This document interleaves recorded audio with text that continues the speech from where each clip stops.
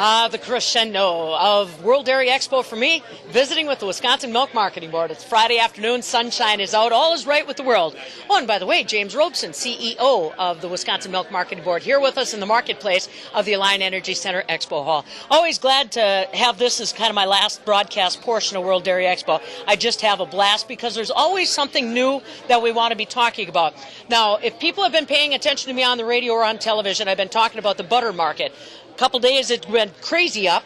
Now it's come back down a little bit, and we were talking about how McDonald's is deciding to walk away from liquid margarine, come to butter. And James has been fielding the question of, well, how many dairy checkoff dollars are invested by our Wisconsin dairy farmers in butter? We talk so much about cheese. What about butter, James? Well, you know, it's funny that the butter market is now so much in the press, but we've been working with butter for years. You've got several butter makers right here in Wisconsin. We make about 25% of the butter made in the U.S. here in Wisconsin. As you go around the country, you'll find a lot of store brand butter on the shelves, and it has a Wisconsin dairy logo on it, identifying it as having come from a plant in Wisconsin. We also have, you've heard us talk a lot about specialty cheese. We've got companies here making a specialty line of butter. It could be flavored butters, such as we've got some farmstead operations that are making butter. We've got hand-rolled butter.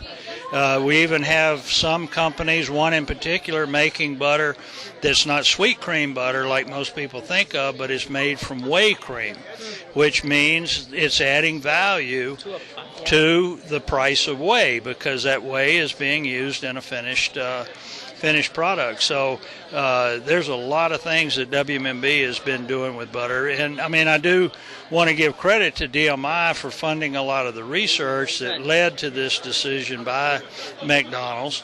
And, you know, after many, many years, people are finally finding out that milk fat, butter fat, is not the bad guy that a lot of people have made it out to be. And that's helping in other ways. We also are seeing increasing sales of whole milk, which is another positive thing. Actually, skim milk sales have dipped down a little bit, and people are switching over to whole milk because of the fat.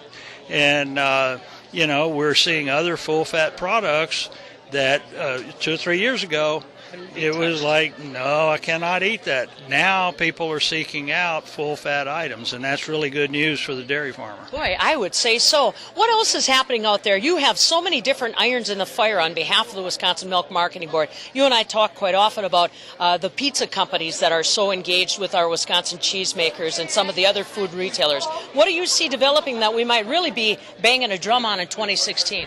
Well, you know, that's another thing is with the butterfat thing, whole fat, instead of part skim mozzarella. Oh, really? People are putting some of that cheese on there that has all that flavor from the butterfat and so forth. But pizza continues to do well. Right now, we're working with about 70 different pizza operators around the country. We also work with some of the largest frozen pizza manufacturers. And what's really hot now is take and bake pizza. You go in the grocery store and the pizza was made right there in their prepared foods department. It's got Wisconsin cheese on it.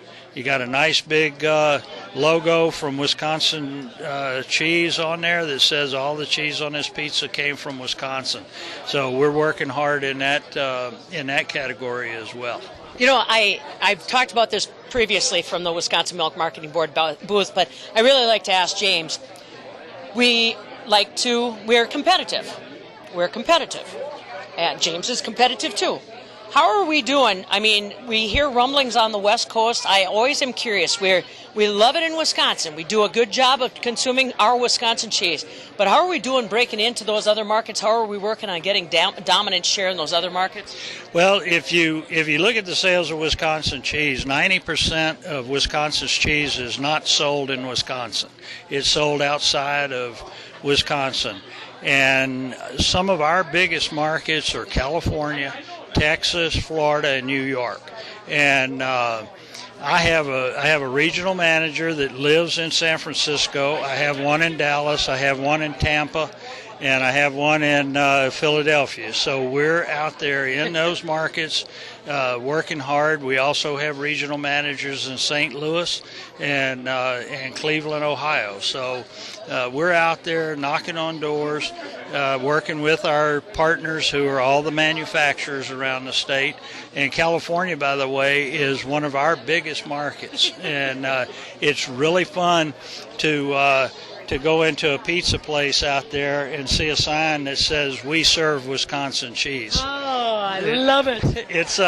I know of one pizza operator out there that now is using these little smart car things as delivery vehicles. Oh, really? And they now have on the back of all of those delivery vehicles a nice big Wisconsin logo. I just hope the guy's safe and sound out there driving around with that. But he publicizes the fact that he's using Wisconsin cheese. I love it. That's the kind of stuff you like to hear, especially here at the Wisconsin Milk Marketing Board booth at the World Dairy Expo Marketplace. That's James Robson, the CEO, carrying the message of Wisconsin dairy producers, cheese makers, any dairy processor across the state. He's taken it nationwide. Glad I could enjoy World Dairy Expo with my friends at the Wisconsin Milk Marketing Board right here in the marketplace. Remember, they're here right until the end of the show, Saturday afternoon.